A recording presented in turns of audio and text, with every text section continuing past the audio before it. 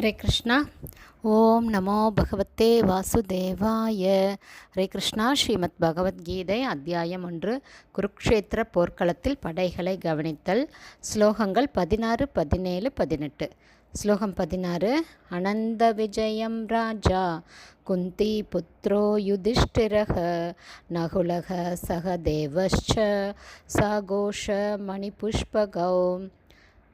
17. ஸ்லோகம் காஸ்யश्च परमेश्वास शिखण्डी च महारथः दृष्टद्युम्नो विराडश्च सात्यगिश्च अपराजितः.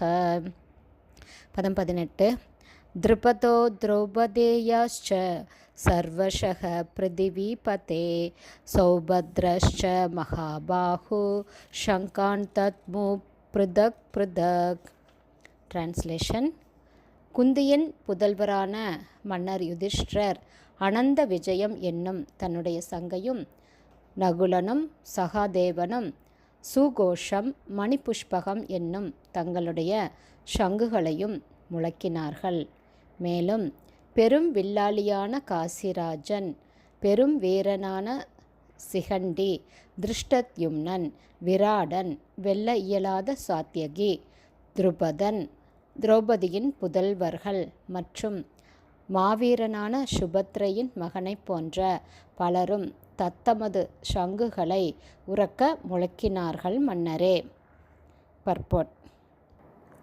பொருளுரை.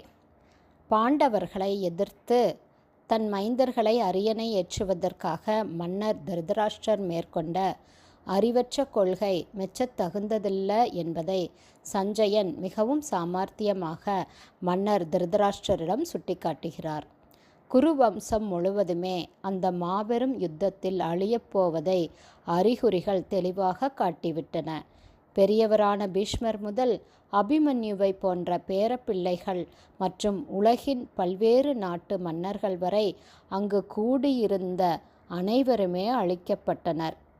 தம் மைந்தர்கள் பின்பற்றிய கொள்கைகளை ஊக்குவித்த மன்னர் திருதராஷ்டிரரே அந்த மாபெரும் நாசத்திற்கு காரணம் ஆனார். ஹரே கிருஷ்ணா. ஸ்ரீல குருதேவ்க்கு ஜெய்.